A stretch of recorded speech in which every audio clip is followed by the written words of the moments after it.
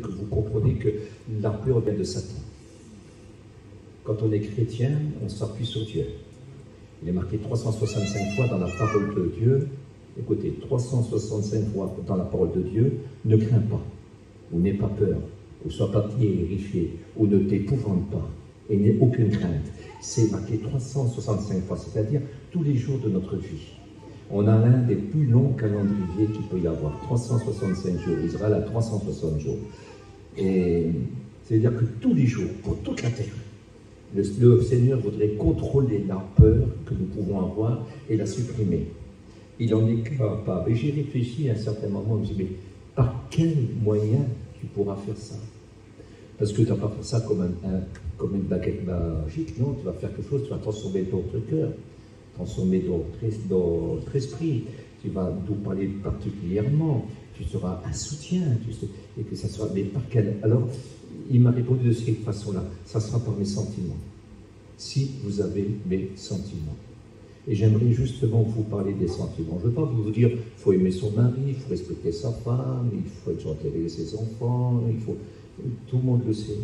Même les inconvertis le savent, et certains convertis ont des très très beaux foyers. Non, mais ça n'empêche pas que la peur, la suite des temps, les circonstances de la peur et les soucis de la vie peuvent faire, mais écoutez, que même les meilleurs foyers finissent par se séparer. Et ça, c'est très très important. Alors, j'aimerais lire avec vous les sentiments du Christ. Est-ce que vous voulez? Est-ce que vous êtes d'accord? Alors, et j'ai remonté à, je ne peux pas lire, c'est vraiment triste. Galates 5, verset 22. Il nous est parlé des sentiments du Christ, ce qu'on appelle le fruit de l'esprit, la conséquence des 9 fruits. La conséquence des 9 fruits. C'est-à-dire qu'il n'y a qu'un fruit, mais avec 9 saveurs différentes. Et la première, écoutez, c'est l'amour. Romains 5,5, nous savons qu'il décrit que l'amour de Dieu est répandu dans nos cœurs par le Saint-Esprit qu'il nous a donné. J'essaie d'imaginer ce maître Jésus qui était exceptionnel, qui dit une fois à ses disciples, passons de l'autre bord. Et les voici maintenant en pleine mer, et la mer se déchaîne d'une façon particulière. Mais Christ est là, puis il dort. Le Christ dort. Et puis les disciples ont commencé à se réveiller, à le réveiller en disant, tu ne t'inquiètes pas que nous périssons. Souvent l'homme a des reproches par la peur. On me dit faire confiance, mais souvent des reproches à Dieu. Christ se leva, il ne dit rien, absolument rien, mais il va calmer la mer et le vent en disant cessez, taisez-vous, et à l'instant même tout est calmé. Et puis il va dire mais pourquoi avez-vous eu peur, gens de peu de foi? C'était une mer déchaînée qui pouvait mener à la mort, mais ils n'ont pas réfléchi un seul instant que celui qui était tout-puissant, qu'ils avaient pourtant confessé, écoutez, pouvait calmer tout. Et s'il a dit passons de l'autre bord, c'est qu'il s'était mis dedans aussi, et qu'il était persuadé et qu'il ne fallait pas craindre, parce qu'écoutez, il aurait pu se réveiller quand il voulait, hein, mais il ne se réveillait pas. Il ne se réveillait pas. Et puis, ils vont être étonnés en disant, mais qui est cet homme à qui obéissent le vent et la mer? Et puis, j'ai réfléchi une chose qui m'a quand même étonné. Si Christ est avec nous comme il l'a promis, et il l'a promis, il a dit, voici, je suis avec vous tous les jours jusqu'à la consommation des temps. C'est-à-dire, toujours, je serai avec vous. Je ne vous laisserai jamais. Quand il dit, je serai avec vous, je protégerai, j'arrangerai toutes choses, je conduirai toutes choses, je ferai attention à vous, je vous garderai, parce que moi, je suis fidèle. Il dit, toi, tu ne demeureras pas fidèle. Mais moi, je demeure fidèle, car Dieu ne peut se renier lui-même. Et déjà, c'est un bon point. Quand il dit « n'aie pas peur », c'est qu'il est capable de te donner le pouvoir de ne pas avoir peur. Mais la première des choses, c'est l'amour. Déjà, l'amour pour Dieu. Quand on a l'amour pour Dieu, car l'amour est répandu dans nos cœurs par le Saint-Esprit qu'il nous a donné. La première facette de l'Esprit Saint en nous. La première facette. Quelque chose de très très important. Et l'amour est quelque chose de particulier parce qu'elle est capable de braver la mort. Parce que quand on aime, on est capable de donner même sa propre vie pour ce qu'on aime. Est-ce que c'est vrai? Est-ce que c'est vrai? C'est une réalité. L'amour ne regarde pas au sacrifice. Le Seigneur nous dit, écoutez, offrez-vous en sacrifice vivant. En sacrifice vivant, qui sera de votre part, alors quelque chose de merveilleux, un culte raisonnable, qui sera d'une bonne odeur, agréable à Dieu. Quelle importance. Et quand on aime, on souffre. On souffre. Oui, vous allez dire, mais Jésus a eu peur à Gethsémane. Il était de me répondre ça. Non, ce n'est pas du tout ce que vous croyez. C'est encore une autre affaire. Vous savez qu'il est écrit, bien qu'il fût fils, il a appris l'obéissance par les choses qu'il a souffert. Quelle obéissance? Il n'a jamais péché. Au ciel, il faisait tous les délices de son père. Non, il a appris l'obéissance parce qu'il a fallu qu'il prenne ton péché sur lui, qu'il soit puni par son père pour tes péchés, que la colère de Dieu se déverse en lui avec colère et par vagues successives. C'est marqué. Il disait Ésaïe 52 et 53. Et puis, une souffrance qu'on ne peut pas imaginer, mais qu'est-ce qu'il doit prendre cette coupe impure? Écoutez, il nous a dit que la coupe lui a été présentée, elle a été présentée à Gethsémane. Et la dernière goutte a été bue quand le Seigneur a dit, mon Père, je remets mon esprit entre tes mains. C'est-à-dire tout ce temps-là. C'est-à-dire une journée, toute une nuit entière, jusqu'au lendemain à 15 heures, c'est-à-dire à 3 heures. Je ne sais pas si vous imaginez. Hein. Il fallait qu'il boit dans des souffrances immenses, mais c'est cette impureté. Il s'est fait pécher. Il est maudit. Sur le bois de la croix, Jésus était maudit. Parce que le péché rend maudit. Écoutez, il est écrit que pendu au bois, attaché au bois, c'était une malédiction.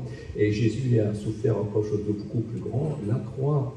Vous savez qu'avant, bien sûr qu'on pendait au bois, bien sûr qu'on attachait au bois, mais seulement 300 ans avant que Jésus vienne, il nous est écrit que les Romains occupaient déjà Israël. Et en occupant Israël, ils avaient déjà amené, écoutez, ce supplice incroyable qu'on appelle la crucifixion. Écoutez, une souffrance qu'on a. Je n'ai pas de temps pour vous en parler. Il faudrait une réunion d'évangélisation pour ça. Mais tout simplement, bien qu'il fût fils, il a accepté. Alors qu'il était effrayé par le péché, c'est impur, c'est sale. Il est Dieu. Jésus s'appelle Dieu. Et quand étant égal à Dieu, il n'a pas regardé être comme une croix à arracher. Jésus est Dieu, comme Dieu son Père. Il est égal à Dieu. Il est le Fils de Dieu. Il n'a jamais péché. Il est saint, il est saint, il est saint. Mais Dieu nous a estimés au prix divin. Il a payé un prix qui était une fortune immense. Ni par de l'or, ni par de l'argent, ni par des choses périssables, mais par le sang précieux de son Fils Jésus-Christ, comme l'agneau sans tache et sans défaut, préparé avant la fondation pour nous et manifesté aujourd'hui, si vous le voulez encore. Il peut encore pardonner des fautes. Il peut encore faire beaucoup de choses si tu le désires. Mais ça, on verra ça dans une réunion d'évangélisation. Mais tout simplement, vous vous rappelez, il a appris l'obéissance, bien qu'il fût fils, bien qu'il fût Dieu. Parce qu'il est Dieu. Amen. Ah oui, Dieu, ça veut dire, ô Dieu, ton Dieu. Il a appelé Dieu par Dieu son Père. Ô Dieu, ton Dieu. Hein? T'as donné, t'as établi, t'as élevé, t'as donné le plus grand nom. Et puis il dira au verset 10, toi Seigneur, il dit à son Fils, au commencement tu créas les cieux et la terre.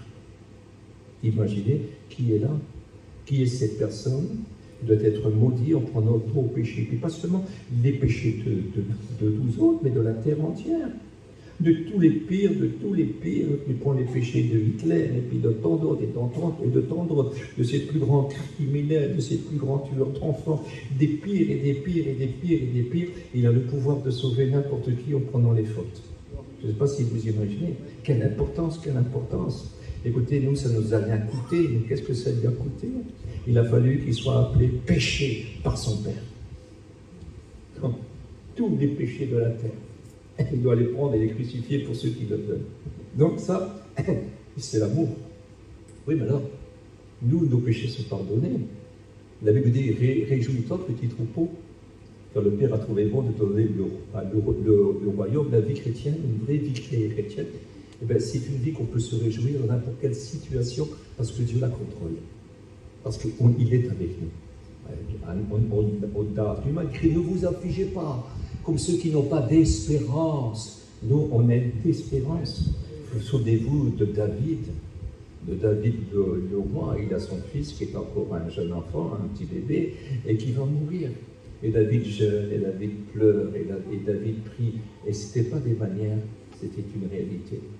Et puis, quelques temps après, il voit que ses serviteurs sont en train de chuchoter. Lui, il est là, il ne se rase pas, il ne se peigne pas, il ne se lave pas, il ne mange pas.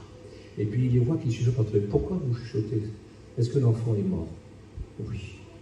Alors il se lève, il se lave, il se peigne, et il mange. Et tu dis, mais pourquoi tu... Ben,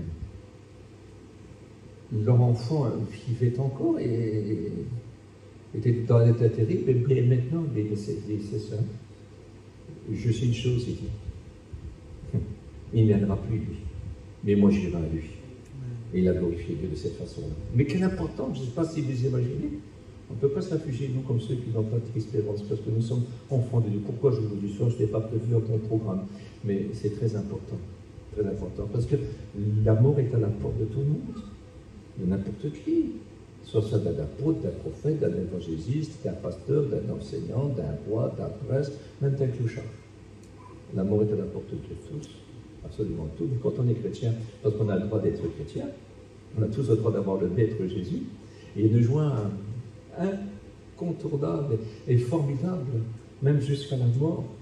Il y a des femmes et des hommes qui avant de se convertir, étaient loin d'être des héros, mais quand ils se sont convertis, écoutez, on les a persécutés, on les a amenés à la mort, on les a livrés aux bêtes, on les a livrés à l'épée, on les a livrés, écoutez, aux choses les plus terribles, on les a brûlés sur des bûchers, on les a même sciés en deux.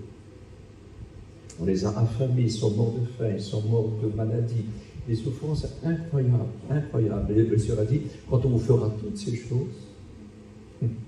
ne cherchez pas ce que vous direz, dites ce que vous ferez. Il dit car à l'instant même, cela vous sera donné par l'Esprit de mon Père, ce que vous direz ou ce que vous ferez. Il dit, on vous mènera à la mort.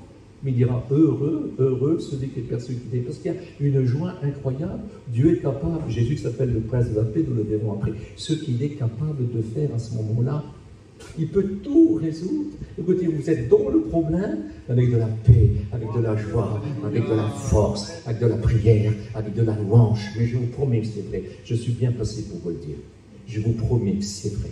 Il fait des choses merveilleuses. C'est un Dieu de miracles. Des choses qu'on dirait que si ça nous arriverait, on en mourrait de chagrin. Eh bien non. Il y a une consolation. Il y a une consolation. Il y a une paix profonde. Voilà ce que le Seigneur veut vous offrir en échange de toute la méchanceté que Satan veut vous offrir. Parce que Satan voudrait que vous deveniez dingue, que Satan voudrait que vous en faites pour n'importe quoi, que vous vous écoutez, que vous ne vous supportez pas. Vous savez, deux chevaux, quand ils sont nourris, ils ne se battent pas entre eux. Mais quand ils sont affamés ensemble, ils se battent. Est-ce que vous comprenez? Et Satan voudrait vous priver de la paix, il voudrait vous priver de la joie, il ne veut pas vous profiter de l'amour de Dieu. Alors, il fera n'importe qui. Tu vas l'hériter à lui, puis elle va t'hériter à toi. Tu vas hériter tes enfants et tes enfants vont t'hériter à toi. Je te promets. Il fera tout pour que tu t'attristes. Mais si tu aimes Dieu, si tu loues Dieu, si tu adores Dieu, si tu remets tout entre les mains de Dieu, si tu ne veux pas faire comme une secte, mais dans la confiance en Dieu, c'est tellement mieux. Alléluia. C'est tellement plus facile. Alors, je continue, je ne vais pas être très long. Le deuxième point, c'est la joie. Il est écrit, soyez toujours joyeux. C'est pour quoi? Pour une chose. Il dit, car priez sans cesse. Faites-moi tout savoir. Et restez avec moi. Prenez-moi avec vous. Parlez-moi. Confiez-vous sur moi. Amen. Écoutez, dites-moi tout. Amen. Dites-moi, moi tout. Alors il dit, soyez toujours joyeux. Mais ça, toujours dans quoi alors? Ben, c'est toujours dans tout. Dans n'importe quelle circonstance, c'est un cadeau qu'il nous fait. Amen. Je recommence. C'est un cadeau qu'il nous fait. La joie. C'est miraculeux. C'est la joie miraculeuse. Tout est possible à Dieu.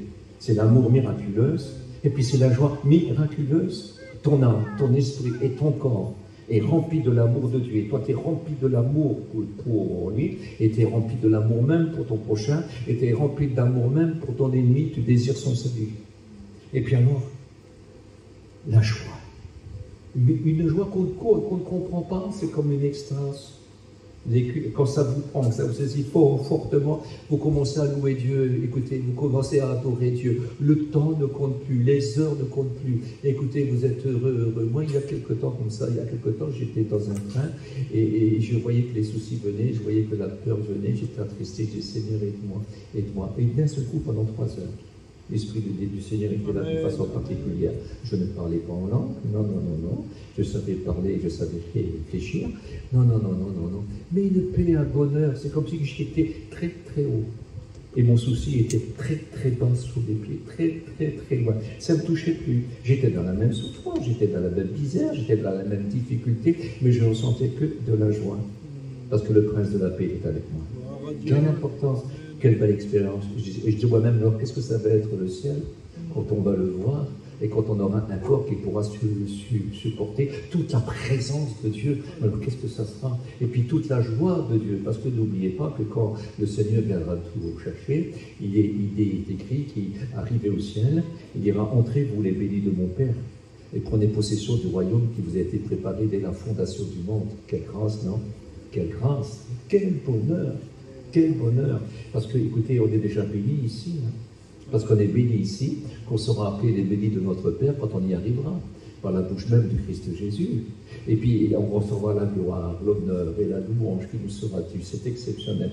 Voilà ce qu'il faut faire. Alors, soyez toujours joyeux. Tu as le droit d'être joyeux parce que c'est un miracle. Je recommence. Dieu ne cherche pas comment que cela va se faire. C'est un miracle. C'est une grâce imméritée. Ça fait partie des grâces. On profite de la vie de Dieu, on profite de la résurrection du Christ, on profite que Christ a tout vaincu et qu'il est avec nous, et qu'il est tout près de nous, et qu'il est prêt à nous aider en toutes choses. Tout est possible à Dieu. Alors tout devient possible à celui qui croit. Tu peux être rempli d'amour, tu peux être rempli de joie, tu peux être rempli de paix. Tu n'auras pas envie de te révolter. Tu n'auras pas envie de dire non, j'en ai marre, pourquoi? Non. Tu ne te laisseras pas saisir par la peur, parce que nous, on a une connaissance extraordinaire aujourd'hui au niveau des sentiments de Dieu. Ce que les grands prophètes n'avaient même pas, qu'ils pouvaient aussi se décourager. Mais là, Dieu nous dit ouvertement, la joie, l'amour, la paix sera toujours avec toi. Tu n'auras jamais peur. Tu n'iras jamais te coucher près d'un genêt et demander la mort, car Dieu sera avec toi. Quelle importance. Est-ce que tu veux le croire, ça? Moi, je le crois véritablement. Allez, je continue avant que la batterie tombe en panne. Le quatrième point, c'est patience. Écoutez, il est écrit, frères, soyez patients. C'est triste.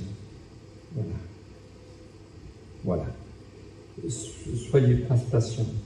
Et le Seigneur vient et regardez le cultivateur. Il attend avec patience le précieux fruit. Attends, sois patient. Tu as demandé, tu n'as pas reçu encore, mais reste patient. Il ne t'a pas répondu, c'est parce qu'il ne t'a pas entendu. Il ne t'a pas donné, il ne t'a jamais dit qu'il ne te donnera pas. Sois patient. Chaque jour suffit sa peine. Écoute, chaque jour suffit ta peine. Écoute, tout ce qui est sans volonté, il te donnera, tout ce qui sera pour ton bien, tout ce qu'il te faudra réussir une vie chrétienne parfaite, eh bien, toutes ces choses-là te seront données. Peut-être que des choses, il ne te donnera pas tout de suite, peut-être parce que tu n'es pas en état de les recevoir. Tu pourrais devenir capricieux, et les capricieux pleurent beaucoup plus qu'ils se réjouissent. Dieu veut qu'on se réjouisse. Il y a des choses qu'on demande et que ça nous ferait plus de mal que de bien si on l'aurait. Je vous promets que c'est vrai. Donc il faut écouter, il faut croire en Dieu, faire confiance en Dieu. Parce que si on le fait, on lui fait confiance, on pourra dire alors, comme le Christ a dit, pas ma volonté, Seigneur, mais ta volonté. Il a appris l'obéissance bien qu'il fut fils. Il devrait essayer d'obéir, parce que l'amour cherche l'intérêt de l'autre. Et chercher l'intérêt de Dieu, c'est très important. Ton foyer pourrait être un beau foyer, tu sais. Si tu laisserais Jésus régner dans vos vies, dans votre cœur. Arrêtez de vous en faire. Arrêtez de vous faire du souci. Il prend soin des petits oiseaux du ciel. Aucun ne tombe sans sa volonté. Je pourrais vous expliquer des témoignages. Vous savez, des témoignages. Combien de fois qu'il est venu me secourir. Combien de fois qu'il est venu me donner. Une fois, il m'a guéri de la mort. Il peut faire ce qu'il veut. Quand il veut, j'en supplie, faites-lui confiance. Il va attraper quelque chose qui devait m'emporter. Mais le Seigneur m'a guéri sur une semaine. Ce maître est exceptionnel. Il peut vous aider. Je vous promets, il peut vous aider, mais restez patient. Et puis, écoutez, face à vos ennemis. Je voudrais vous dire une chose. Je connaissais un frère, moi, que j'aimais beaucoup. Et puis, des gens lui ont fait du mal. Même des frères lui ont fait du mal. Et puis, j'ai dit, mais pourquoi ils t'ont fait ça? Puis, il voyait que ça m'ennuyait. Il dit, c'est rien, ne te tracasse pas. Que veux-tu que je fasse? Jésus les aime. C'est beau ça? Jésus les aime. Nous devons leur montrer, écoutez, l'amour du Christ en les aimant nous. Le Christ, il ne le voit pas. Mais nous, il nous voit. Nous avons les sentiments du Christ dans la patience. Soyez patients. Dans vos épreuves, soyez patients. Quelle importance? Sachez attendre. Il dit, croyez que vous l'avez reçu, vous le verrez s'accomplir. Est-ce que c'est bien écrit ça? Mais il faut de la patience. Oui, mais c'est un cadeau qu'il veut vous donner. De vous-même, ce n'est pas possible. Vous n'aurez jamais l'amour parfait, vous n'aurez jamais la joie parfaite, vous n'aurez jamais la paix parfaite, vous n'aurez jamais la patience parfaite, si ce n'est pas lui qui vous la donne, parce que c'est un consolateur dans tous les mots. Et même dans ce grand mot qui est la patience, qui peut faire des folies, vous savez, quand on n'a plus de patience, quand on n'insupporte rien, c'est que la peur vous saisit. Quand l'amour s'en va, la peur vous saisit. Quand la joie s'en va, la peur vous saisit. Quand la paix s'en va, la peur vous saisit. Et quand la patience s'en va, la peur vous saisit. Est-ce que vous réalisez ça? Je vous en supplie. Vous avez vu un petit peu les ravages, dommage que je ne peux pas le lire bien. Vous voyez les ravages, mais si vous voulez la filmer, là, vous pouvez la filmer, la prendre en photo. C'est très important. Et dites seulement, je ne veux pas ça, je ne veux pas ça, je veux ça, je veux ça, je veux ça. Et rappelez-vous toujours de ça. Parce que ça, c'est très important. Soyez patients dans les afflictions. Parce que vous savez, quand le Seigneur fait rien, c'est qu'il prépare quelque chose de mieux. M'attendez le mieux. Avec patience. Encore, je sais que ça va arriver. Par exemple, si je sais que le train vient à 7 heures, ben, je n'ai pas de souci. Le train vient, j'ai le temps d'arriver tranquillement. J'attends. Est-ce que vous êtes d'accord? Dieu a toujours la solution à tout. Absolument tout. Est-ce que tu manques de patience? Oui. Je veux aller plus haut. Est-ce que tu manques d'amour? Oui. Est-ce que tu manques de joie? Oui. Est-ce que tu manques de paix? Oui. Est-ce que tu manques de patience? Oui. Mais il faut grandir. Il faut grandir dans ça. C'est une partie de la croissance spirituelle, ça. Hein? Parce que ça, c'est les sentiments du Christ. Un jour, on méditera 1 Corinthiens chapitre 13, le caractère de Jésus-Christ. Et après, on pourra voir aussi les dons, les 12 dons, la puissance qui communique à ses enfants. Ça, c'est très important pour connaître surnaturellement, pour parler surnaturellement et pour agir surnaturellement. Ça, c'est très, très important. La bonté, qu'est-ce que c'est beau, hein? Éphésiens 4, 32, Jacques. Soyez bons les uns envers les autres. C'est beau ça. Hein? Soyez bons les uns envers les autres, vous pardonnant réciproquement, comme vous avez été pardonnés en Christ. Alors, surtout, je ne voudrais pas que vous me répondiez à ça. Hein? Je ne veux pas de réponse. Hein? Mais est-ce que tu as tout pardonné? Je vais t'expliquer quelque chose de très, très important. Il y avait une femme qui était malade, elle avait une maladie incurable, elle était atteinte de cancer, elle était au stade terminal. On a été la visiter, on a prié pour elle, et puis ça s'aggravait encore plus. On a retourné, et on lui a dit, est-ce que tu es en paix avec tout le monde? On dit simplement ça. On peut mourir de mille maladies et être parfait, hein, de ne pas avoir péché. Hein. On n'a rien à nous reprocher. La mort n'est pas toujours, la mort est voulue parce que Dieu le veut. Mais il y a la mort qui vient parce qu'on a besoin de se mettre en règle. Souvenez-vous simplement de la Sainte Seine, vous êtes des chrétiens. C'est pour cela que parmi vous, vous qui prenez la Sainte Seine, parmi vous qui prenez la Sainte Seine, il y a beaucoup de morts, il y a beaucoup de malades, beaucoup d'infirmes, et qu'un grand nombre sont morts. Ce n'est pas ton fils, ce n'est pas ta fille, ce n'est pas ton épouse, ce n'est pas ton père, ce n'est pas ta mère, c'est celui qui prend la Sainte Seine indignement. Hein? Et il dit, si vous vous jugez vous-même, vous ne serez pas jugé par le Seigneur. Parce que si le Seigneur vous juge, il vous châtie. Mais pourquoi? Afin que vous ne soyez pas condamnés avec le monde. Afin que vous criez à Dieu et que vous demandez pardon, et puis il vient à votre aide et il vient vous secourir. Il ne veut pas, écouter, si tu ne vois pas la fosse qui est devant toi, le Seigneur voit la fosse qui est devant toi. Alors il a envie de te blesser, de te faire mal, afin de te sauver, afin que tu puisses vivre. Donc je voudrais vous faire comprendre qu'on a retourné, encore une fois, il a dit, est-ce que tu es en paix avec tout le monde? Mais elle a répondu non. Elle dit, j'aime pas ma belle-sœur. C'est rare, ça va. Mais entre belle-sœur et belle-mère, et beau-père et beau-fils, Pas toujours simple. Est-ce que c'est la vérité? Mais si on ferait tous des petits efforts, ça s'arrangerait mieux. Non, hein? Et puis la voici malade parce qu'elle prend de la scène et puis elle ne rend pas le témoignage qu'il faudrait qu'avant elle savait ça. Que la tort ou raison, c'est pas comme ça qu'on fait. Quand on est chrétien, on est rempli d'amour, le fruit de l'esprit. Le premier aspect, le plus grand et le plus fort.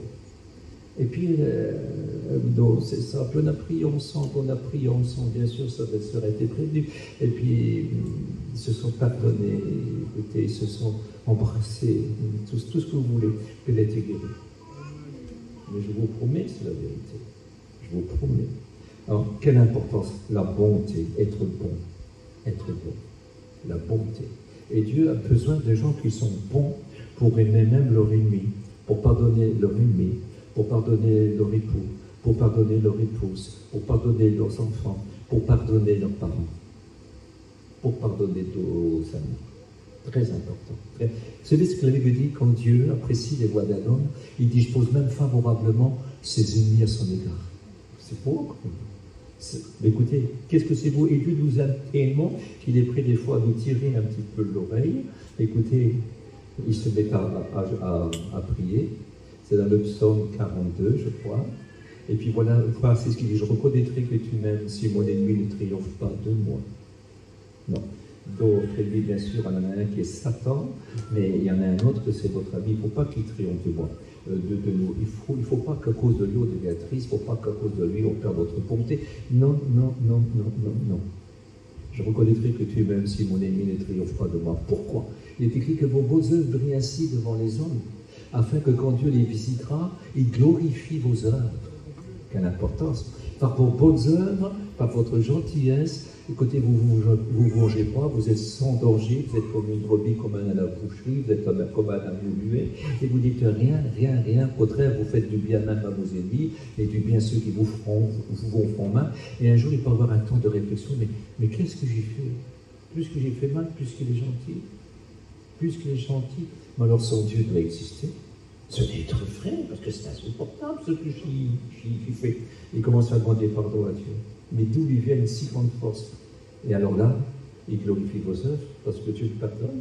Et puis après, c'est un frère qui va avec toi à la réunion, une sœur qui vient avec toi à la réunion, un voisin insupportable qui se mêle de tout, qui trouve toujours à redire, qui appelle les flics pour rien. C'est vrai, c'est pas vrai, on en connaît comme ça, hein? Eh ben non, Dieu peut changer. C'est tellement important. Voulez-vous que je continue? C'est pas trop tard? Vous n'en avez pas marre? Ah bon. Alors après, la bonté, c'est la bénidité. Qu'est-ce que c'est? Vous savez que ça veut dire? Bienveillant. C'est quelqu'un qui fait des bienfaits. Quelqu'un qui secourt. Écoutez, qui vous dira toujours, c'est rien, c'est pas grave. Quelqu'un qui n'est pas compliqué. Quelqu'un qui n'enfonce pas, écoutez, la main dans la plaie. Bienveillant. Quelqu'un sur qui vous pouvez compter, il ne vous foutra jamais un coup de couteau dans le dos. Bienveillant. Vous pouvez compter sur lui à n'importe quelle heure. En vérité, c'est un ami fidèle. Un vrai ami. Un vrai ami. Quelqu'un sur qui on peut compter. Moi, je connais des tas de frères, mais je connais des amis, j'en ai pas beaucoup. Mais j'en connais que n'importe où, n'importe quand, et pour n'importe quoi, je peux compter sur eux. C'est des vrais amis. Ils ne me flattent pas, hein. Non, hein. Mais je sais, c'est mes amis. Si je pleure, ils pleurent avec moi. Si je me réjouis, ils se réjouissent. C'est bienveillant. On peut compter, il faut compter. Il y avait un petit garçon, un orphelin, parce que le repas qu'il reçoit, c'est ce qu'on donne pendant la guerre, pendant des jours très très difficiles, à des orphelins ou à des veuves. Alors il y avait quelques petits pains, quelques petits poissons. Et puis il y avait une grande foule qui était là devant Jésus, c'était 3 jours qu'elles étaient avec lui. Et puis voici la faim des prenait, ainsi que la fatigue et la faiblesse. Et le Seigneur dit à ses disciples, donnez-leur à manger. Oui, mais quoi? Avec le peu de sous qu'ils ont, comment ils vont faire pour acheter? Et quel boulanger va leur offrir? Et quel poissonnier va leur offrir? Pour 5000 personnes, sans compter les femmes et les enfants. C'est impossible. Mais un petit enfant, là, un petit orphelin, parce que c'est le repas qu'on offre, un petit orphelin, c'est quelques petits plats là, avec ces 2 petits poissons. Alors il est allé, et puis il est allé à Philippe, et il dit, dis-lui que je veux donner ce que j'ai. Il croyait que tout était possible, ça pouvait faire plaisir à Jésus, il l'avait fait. Puis il recevait ça qu'une fois par semaine. Après, il fallait qu'il se débrouille à mendier, à travailler pour l'autre, ou faire n'importe quoi. Mais là, il était prêt à donner au maître. Il était prêt. Bienveillant. Parce qu'il faut donner à manger à ces gens-là. Mais lui, il a vu les miracles que Jésus faisait. Lui, il voyait, parce qu'il est Capernaum. Il a vu tout ça, ces miracles incroyables, et tout est possible au maître Jésus. Il a bien vu que les pâtes se sont remplies d'eau, remplies de poissons. Il l'a vu aussi, ça. Il en a entendu parler, au moins. Il a donné son maître, et le maître a multiplié ça. Puis on a ramassé 12 paniers pleins. Et je bénis Dieu, j'ai retenu ça, 12 paniers, c'est-à-dire que les 12 apôtres. Je n'ai même pas si Jésus à manger, lui, parce que le roi des bienveillants, le Dieu des bienveillants, c'est bien Jésus. Non? Et lui, écoutez, il s'est effacé. Il n'a jamais fait un miracle pour lui. Il a fait un miracle que pour les autres, des prodiges que pour les autres, mais jamais rien. Les petits orphelins s'est oublié. Bienveillant, comme c'est beau d'être bienveillant. Mais ça faisait 3 jours qu'il écoutait le Maître Jésus. Et peut-être il était venu là pour l'écouter. Depuis combien de temps qu'il a dû faire des tas de choses, et combien qu'il aurait voulu être ami de Jésus-Christ. Jésus-Christ a loué cette foi-là, cet amour-là, cette bienveillance. Là, il aurait pu dire, mais c'est pour moi, c'est pour moi. Jésus ne lui a rien demandé, mais il s'est offert. C'est ça, être bienveillant. Est-ce que nous sommes bienveillants? Je ne vous pose pas la question à moi, mais je me la pose à moi. Pas à vous, je veux dire, je me la pose à moi seul. Je lui dis, est-ce que tu es bienveillant? Alors je vais dire, Seigneur, pas comme tu veux. Pas comme tu veux. Pas comme tu veux. Je voudrais comme il veut. J'ai besoin de cette onction-là, de cette facette-là, de cette facette-là. Elle est tellement importante. Allez, je continue pour ne pas prendre trop de place, parce qu'il y aura la réunion à 7 heures. Alors, c'est quoi celui-là? Oui. Oui, là, c'est la bénédiction, c'est ce qu'on vient de faire. Mais maintenant, c'est la fidélité. Il dit, quand tu as commencé à faire des choses, fais-les jusqu'au fond. Fais-les jusqu'à la fin. Sois fidèle jusqu'à la mort. Et je te donnerai quoi? La couronne de vie. Quel important. Et pourquoi qu'il dit soit fidèle? Pourquoi qu'il dit soit amour? Pourquoi qu'il dit soit joie? Pourquoi il dit soit paix? Pourquoi qu'il dit soit patient? Pourquoi qu'il dit bénédicté? Et écoutez, mais pourquoi il dit toutes ces choses-là? Pourquoi il dit fidélité? Mais pourquoi? Parce que c'est lui qui la donne. C'est par son Esprit Saint. Il a dit, je vais monter au ciel, et quand je serai au ciel, je demanderai le Saint-Esprit au Père, et le Père me le donnera, et je vous l'enverrai. Et toutes ces choses-là, vous serez capable de le faire. Ne dites pas, vous serez ça car je suis saint. C'est pas un ordre, ça. Quand il dit, sois fidèle jusqu'à la mort, c'est pas un ordre.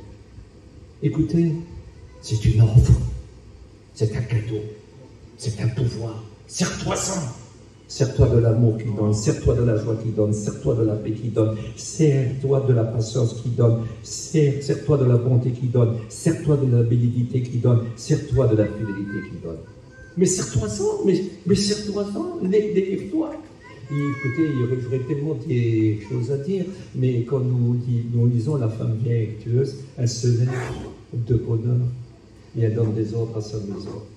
Et nous sommes la maison de Dieu, le chrétien. Partie de la maison de Dieu. Nous sommes le temple du Saint-Esprit. Et moi, je vais me lever tous les matins. Maintenant, je vais dire, Seigneur, je vais parler à l'amour, je vais parler à la joie, je vais parler à la paix, je vais parler à la patience, je vais parler à la bonté, je vais parler à la bénédiction, et je vais parler à la fidélité. Je vais parler, je vais donner tes ordres, mais des bons ordres, ensemble. Tu veux que je fais ça?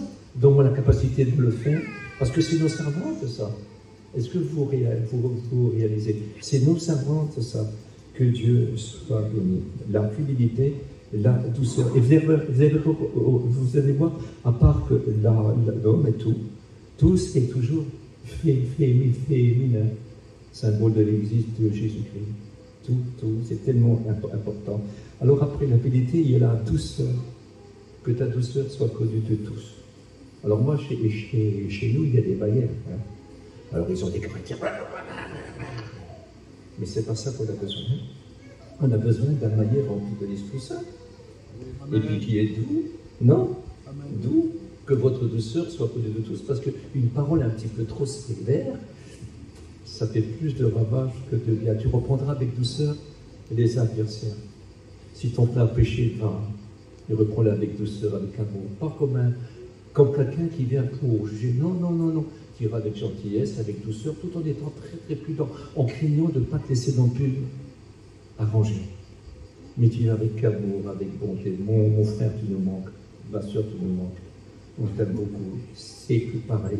Ta chaise est toujours là, avec toi, tu fais plein. Et on s'ennuie après toi. Parce qu'on s'aime. On est le corps de Jésus-Christ. Moi, si ma main ferait mal, et comme dit, on la coupe, je dis, attends encore un peu, hein. Je vais tout faire pour la soigner.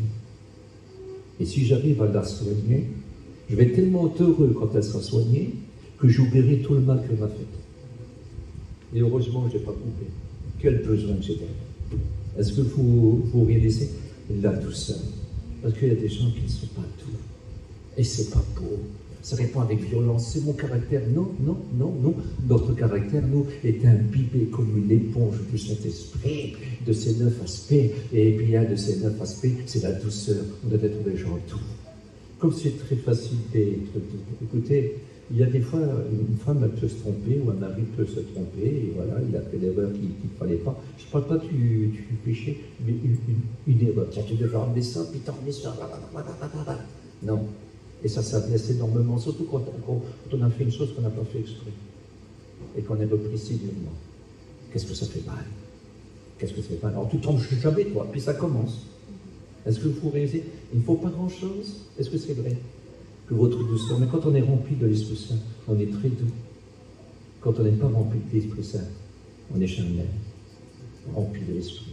Soyez toujours remplis du Saint-Esprit, vous n'accomplirez pas les désirs de la chair, parce que dans les désirs de la chair, il y a les querelles et les disputes. C'est vrai, c'est pas vrai. Alors il faut être toujours rempli de l'Esprit Saint. Et écoutez, de pas craindre, tu t'es trompé, on verra bien demain. Il faut mieux écouter un peu de patience. De toute façon, si on n'a pas de patience, on ne sera pas doux. Et si on n'est pas doux, on n'aura pas de patience. Et puis on ne sera pas fidèle. Et puis ça va attrister, on va manquer d'amour, on aura des choses qu'il ne faut pas. Et on manquera de joie, et on manquera de paix, et on manquera de tout, de bonté, de fidélité, d'humilité. On manquera de tout, si on n'est pas doux. Quelle importance, non? Quelle importance. Alors sur ça, nous les bonhommes, on aura des comptes à rendre. Vous savez qu'on peut perdre des récompenses? Et ce qui est terrible, c'est que les récompenses, on ne les récupère jamais, celles qu'on a perdues.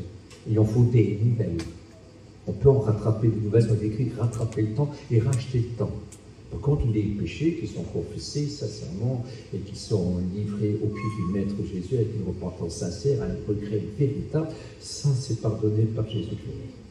Oui, oui. Et ces péchés-là, il vous les reprochera plus. Les récompenses du bien qu'on aurait pu faire et qu'on n'a pas fait, à partir de ce moment-là, écoutez, quand on passera au tribunal du Christ, qui est un tribunal que pour les sauver, il n'y a pas de perdus là. Hein.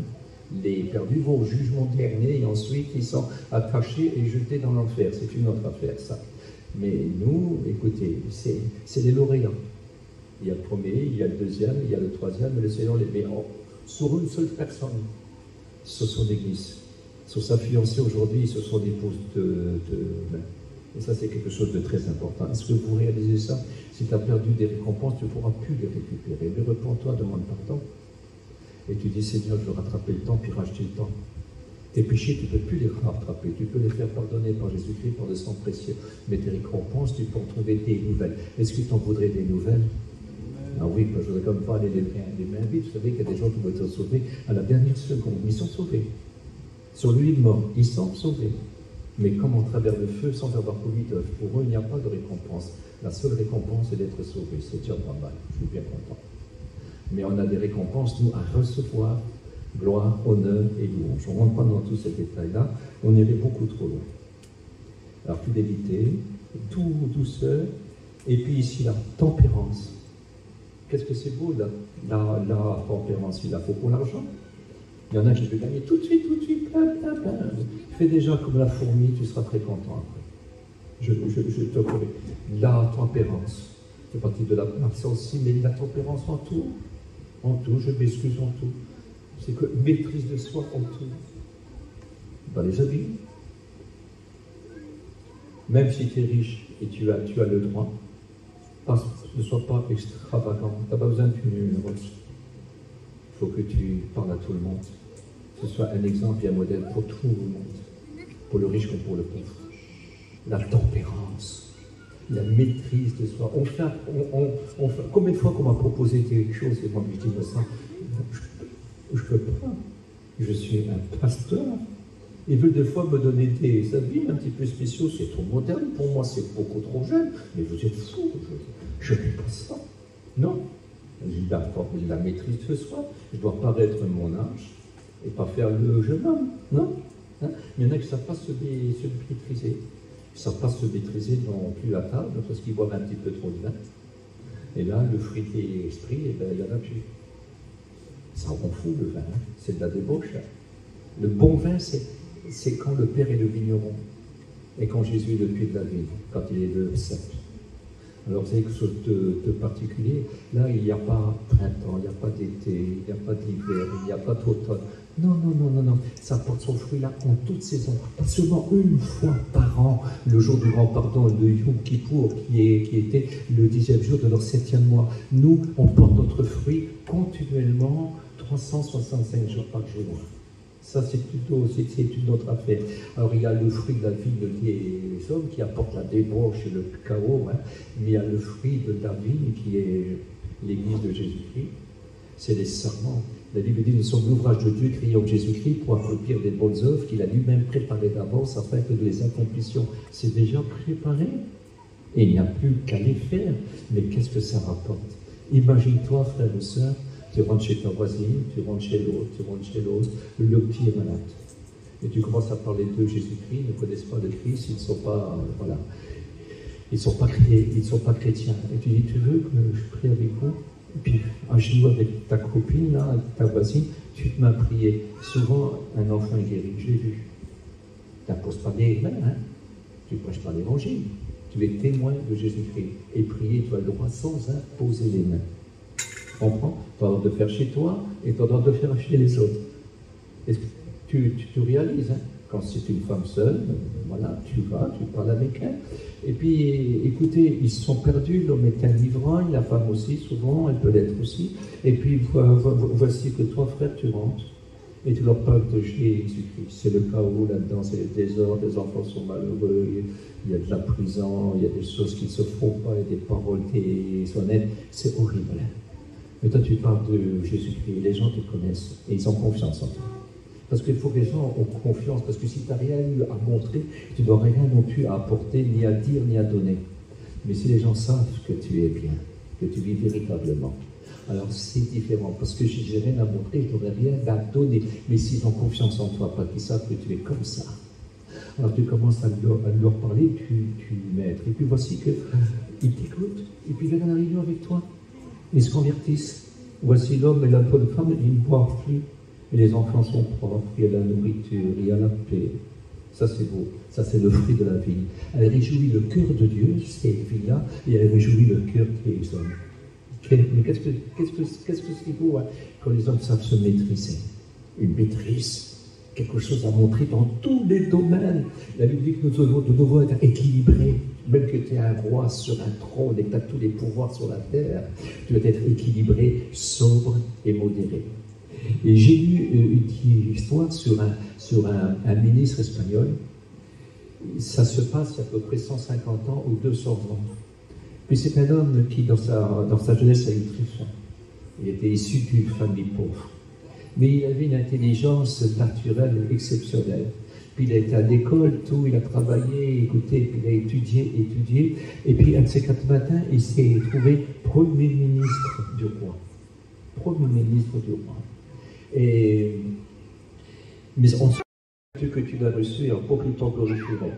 Si tu pries mieux que les autres, si tu as une belle voix, et puis tes paroles, écoute, laisse tomber. Sois modéré, sois sage, sois équilibré, dépasse pas la galerie. rend joyeux le ciel. C'est tellement mieux. Si tu es un bon musicien, tant mieux, mais mollo, que ta musique ne prend pas la place de Dieu. Est-ce que tu comprends? Toute la gloire est toujours à Dieu. Équilibré, équilibré. Si tu fais tout cela, tu seras un père extraordinaire. Tu seras un moment extraordinaire. Tu seras un fils, une fille extraordinaire. Tu seras un ami extraordinaire. Tu seras un témoin merveilleux de l'Évangile. Parce qu'il faut que tu montres quelque chose. La vie de l'esprit. Écoutez, la vie de l'esprit. Ce que je vous ai parlé, ça c'est le fruit de l'esprit. Mais c'est la vie de l'esprit qui est en nous. Et puis vous savez, celui qui n'a pas l'esprit ne lui appartient pas. Et il faut que l'esprit soit contagieux.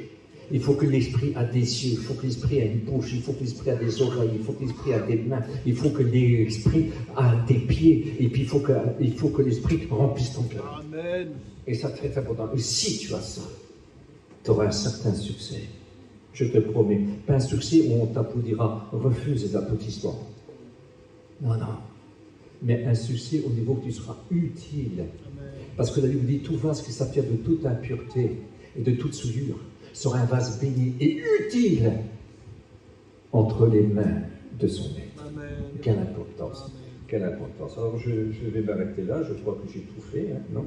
Il manque encore, oui, tempérance. Alors je vais quand même vous lire ce que j'ai écrit au niveau de la tempérance, parce que c'est quand même très très important. Hein. Alors éclaire bien. Hein. Ah oui, attends, elles sont là. Hein. Ah oui, j'ai appris de secours. Voilà. Jacques verset 1, verset 19. Ah oui, il est ici. Bon.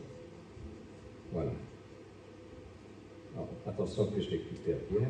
Ainsi donc, mes frères et mes sœurs, bien-aimés, que chacun soit prompt à écouter, lent à parler et lent à se mettre en colère.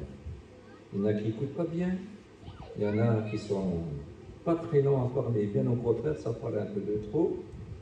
Et puis, ils ne sont surtout pas lents à se mettre en colère.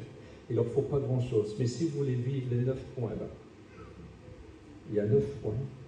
Écoutez, il y a 9 dons spirituels et il y a 9 aspects de l'esprit. Et nous savons que les dons spirituels sont manifestés par un seul Dieu, un seul Seigneur et le même Esprit qui opère ces choses en nous, quand il veut et avec qui il veut. Très important. Mais si on met ça en service, vous serez utile, vous savez. Vous serez utile. Persévérant aussi. Je veux parler aussi, tout à l'heure on a parlé un peu de la persévérance. Ça représente quoi? Ben, la persévérance c'est très très simple. Ça fait 6 mois que tu ne parles plus en langue et puis ça ne fait plus rien. Tu prophétisais, mais tu ne prophétises plus. Tu étais bouillante pour aller à la réunion, mais tu ne l'es plus. Tu étais bouillant pour aller à la réunion, mais tu ne l'es plus. Tu le fais par occasion. Et tu trouves facilement des excuses pour ne pas venir autrement. Alors ça ne marche pas. Nous devons être fidèles. Et si bien qu'il est écrit que Dieu dira au grand Timothée, par la bouche de l'apôtre Paul, entoure-toi d'hommes fidèles. Des hommes fidèles. Des gens qui sont persévérants. Des persévérants. Pas des gens qui se relâchent pour la vie ou non, parce que malheureusement, ça, c'est pas le fruit de l'esprit.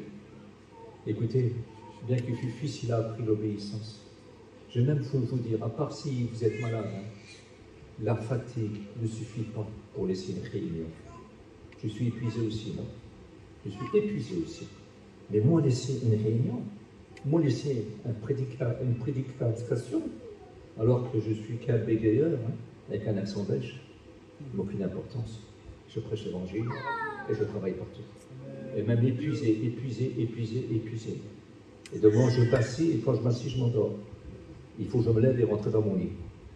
C'est très important. Est-ce que vous réalisez ça? Et nous devons continuer, persévérer. Si l'apôtre Paul aurait dit ça, si les apôtres auraient dit ça, affamés, avec des coups, manquer de vêtements, écoutez, manquer d'abri, en danger de mort constamment, si vous regardez à la fatigue et à leur intérêt. Écoutez, il n'y a que la maladie qui peut nous arrêter et la mort.